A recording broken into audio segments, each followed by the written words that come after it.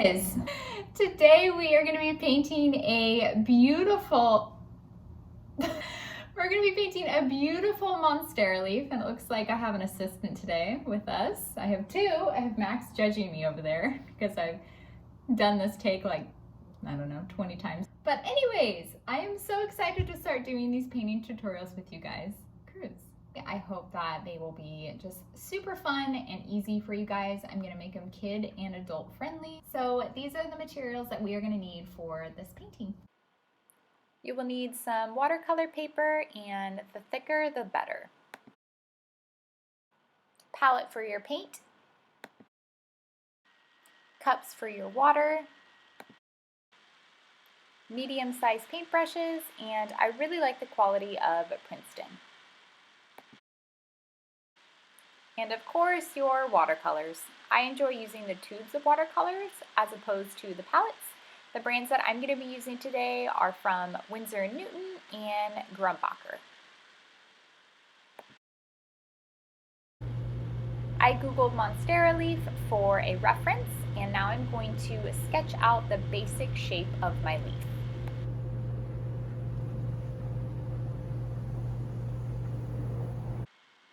Now that I have the basic shape of my leaf, I'm going to go back in and now add the details and the little curves and holes within the Monstera Leaf.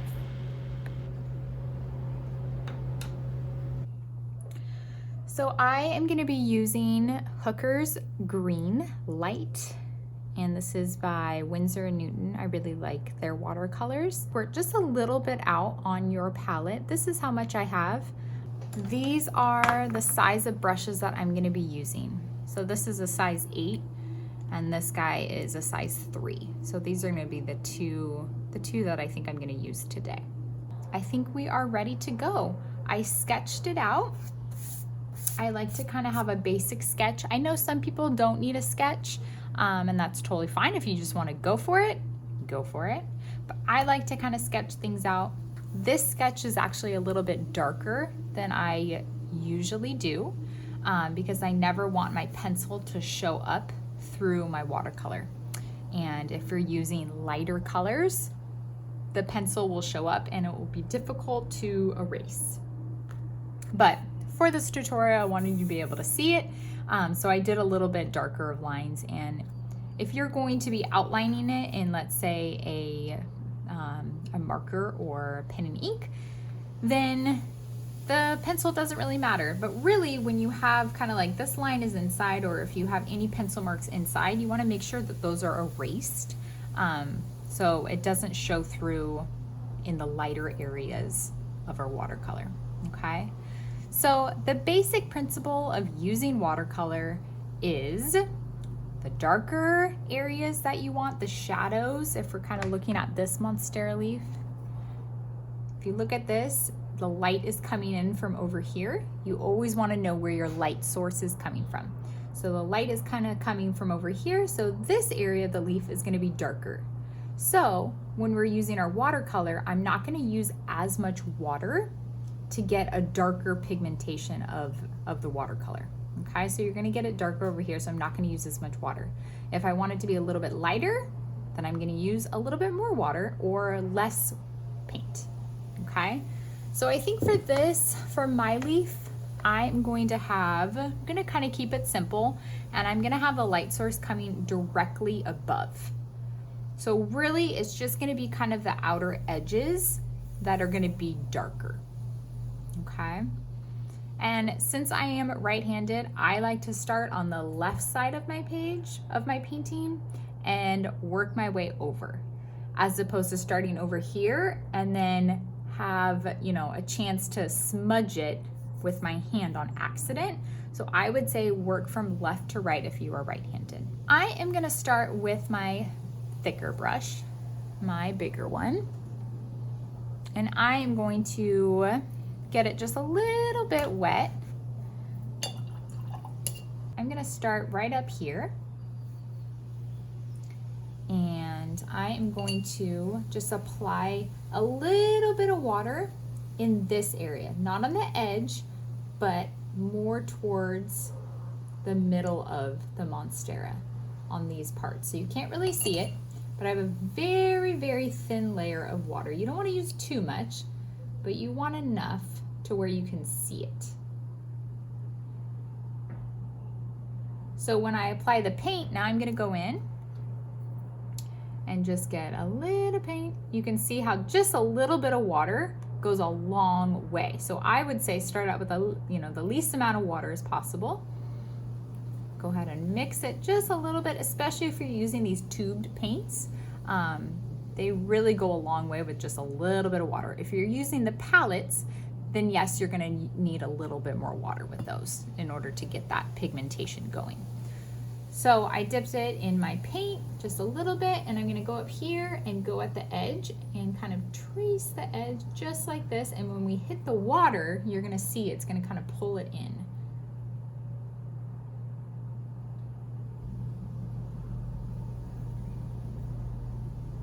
You can see that I'm just lightly you can see how much lighter it is over here. I'm barely touching, and you can see it's starting to kind of move over here. I'm barely tapping it. And so I'm wanting the outer edge to be thicker. So I dip my paintbrush in the paint again, and then I'm gonna come over here and go on the outside and just trace it over. I'm gonna dip it again if I want it to be a little bit darker. Yeah, I like that color. Look how beautiful that green is. This is a good color. And then I'm gonna just start kind of pulling it over to the water that we put down. And I might need to lay a little bit more down, we'll see.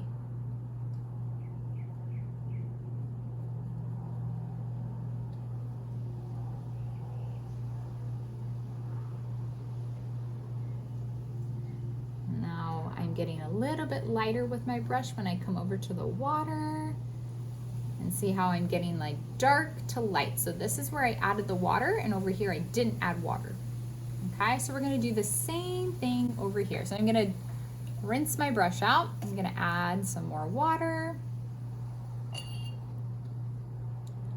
And I'm gonna lightly, so when I dip it in, and I'm gonna lightly drain it, just a tiny bit. I don't wanna just go and put all that water, and look at, I have a cat hair. You probably can't see that, but I always have cat hair in my paint and all my paintbrushes.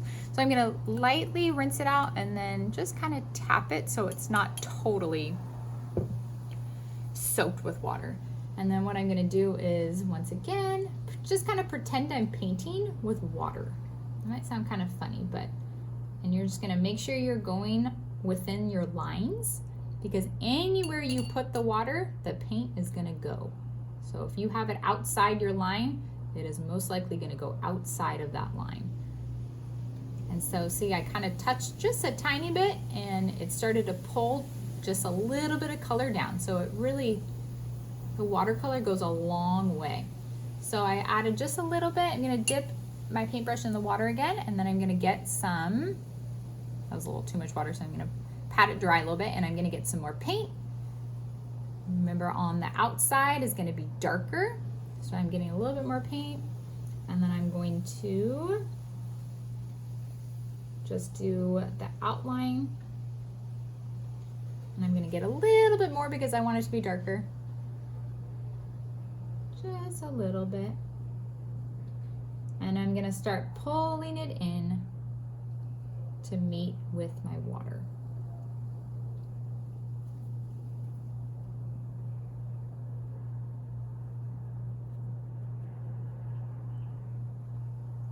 And that's why I love using thicker watercolor paper.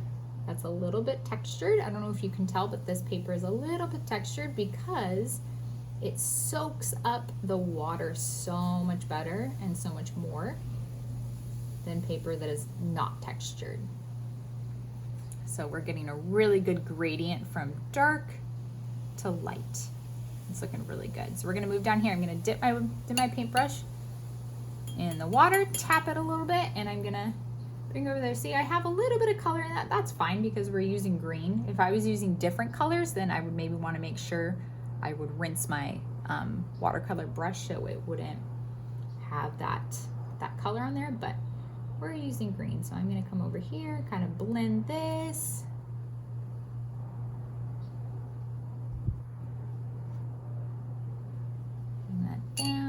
get a little bit more water.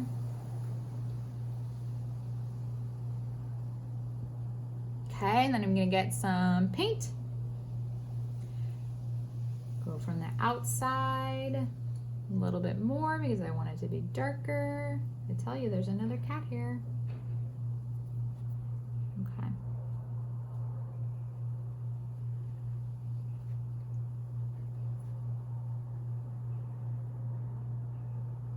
Okay, and then I'm gonna pull it in. And you can see once it hits that water, it starts to just blend so nicely.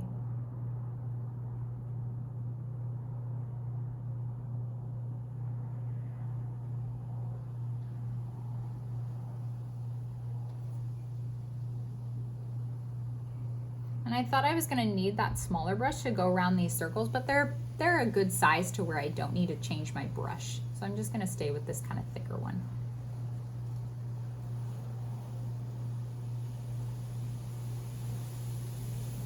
Okay, it's looking good. If I want to make these areas darker, I want to wait until it fully dries before I do another layer.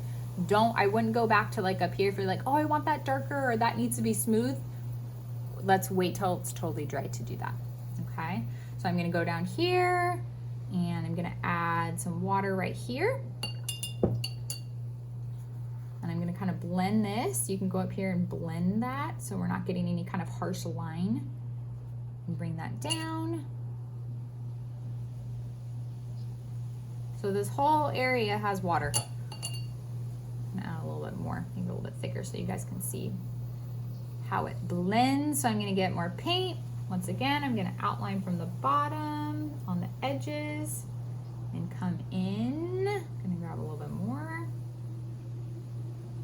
I love this color.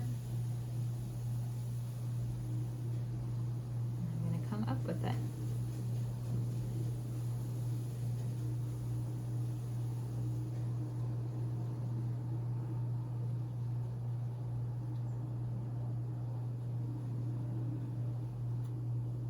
Get more paint.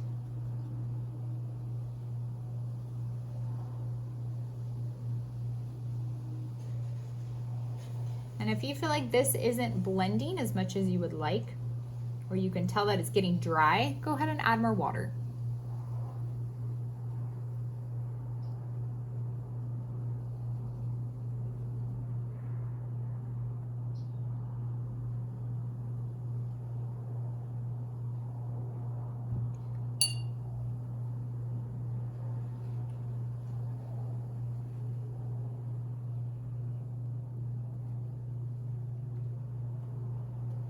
Okay, so I'm gonna add just a little bit more down here because it's not dry yet, so I can go back and kind of add a little bit of dark.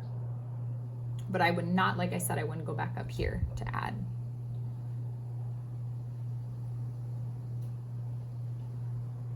Only in the part that I'm currently painting.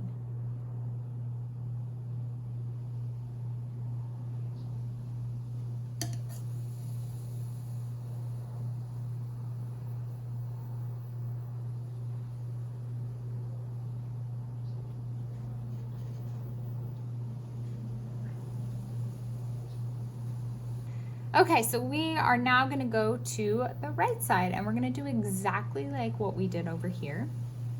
And I'm gonna kind of turn the paper so I can still do that. Because we're gonna put the water on the inside and then we're gonna go a little bit darker on the outside and pull it in. Yeah. And I'm gonna try not to hit my hand on this. This is pretty much dry, so it's probably okay if I touch it now, it's dry. But I just want to be careful with that, okay? Because I'm going to be working over here. So now I'm going to be kind of working from top down. I'm going to get my water, tap it, and then I'm going to add water right here.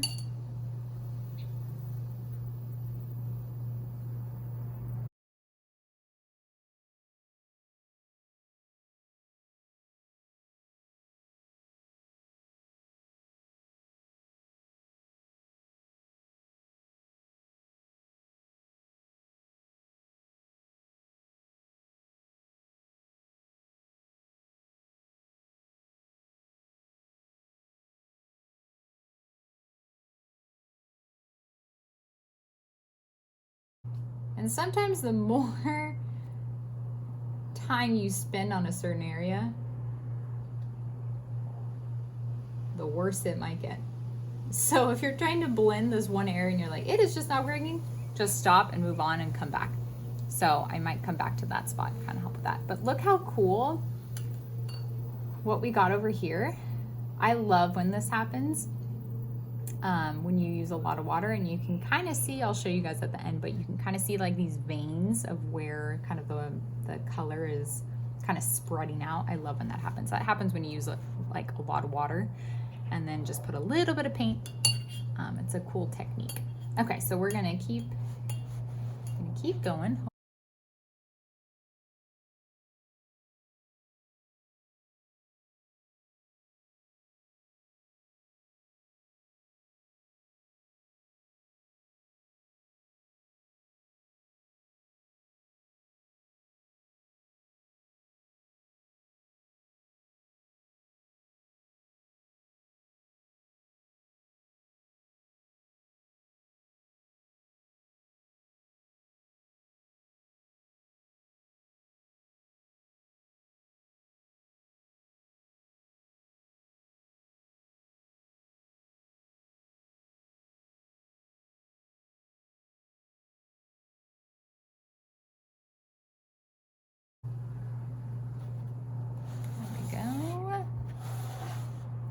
All right.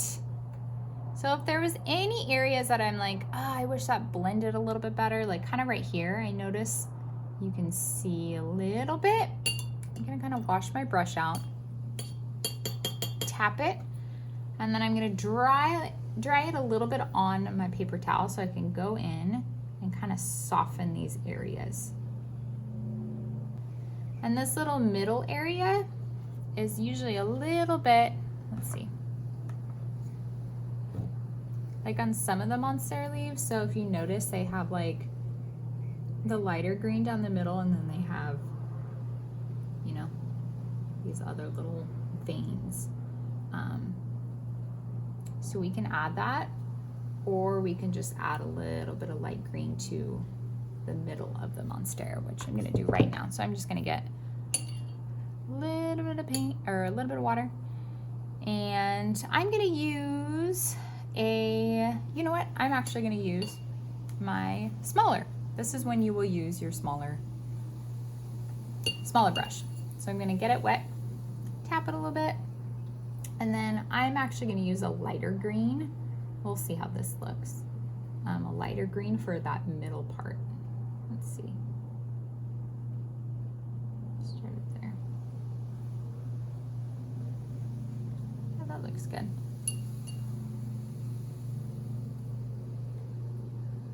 And careful, this is still wet, I can tell, so I'm gonna try not to.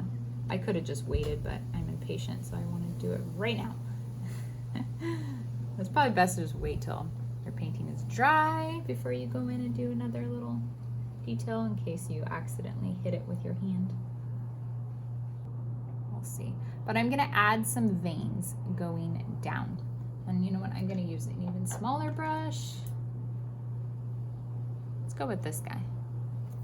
This guy's a new one. So I'm gonna get it wet, and I'm gonna go into my lighter green that I'm gonna use and do some of the little veins that I was talking about.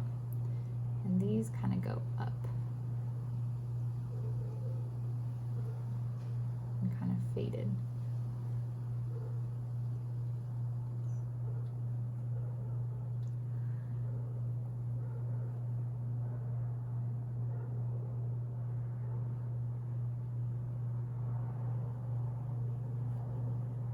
So they start out like a little bit thicker on top, and then they get really thin and just kind of disappear.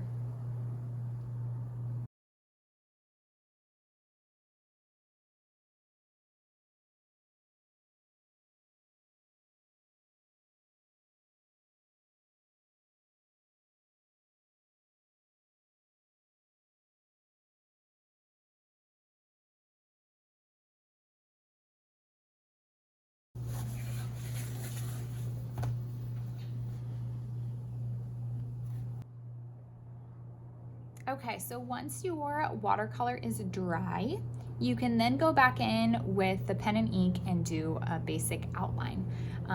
Sometimes I do this with my watercolors, other times I don't with some of the pieces. It just kind of depends on my mood and if I feel like it will look a little cleaner and a little bit more finished if I do it with the pen and ink.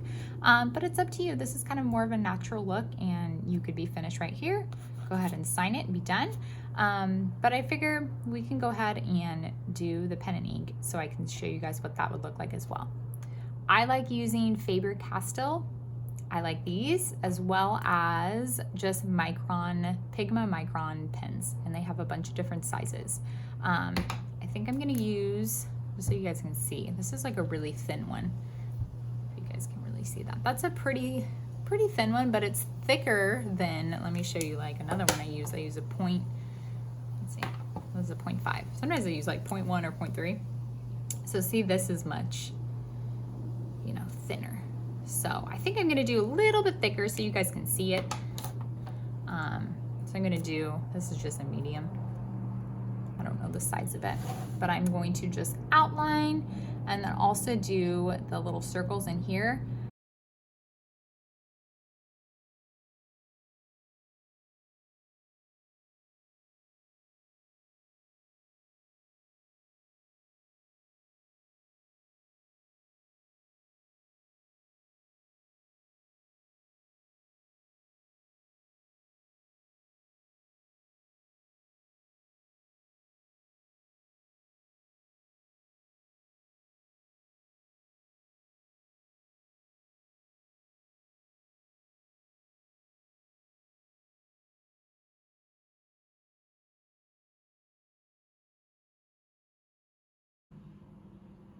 And that's it. You did it. I hope you guys had fun. Thank you so much for painting with me. Don't forget to sign your painting and make sure to tag @Lime in the Coconut so I can see your beautiful painting. And have a great day, guys.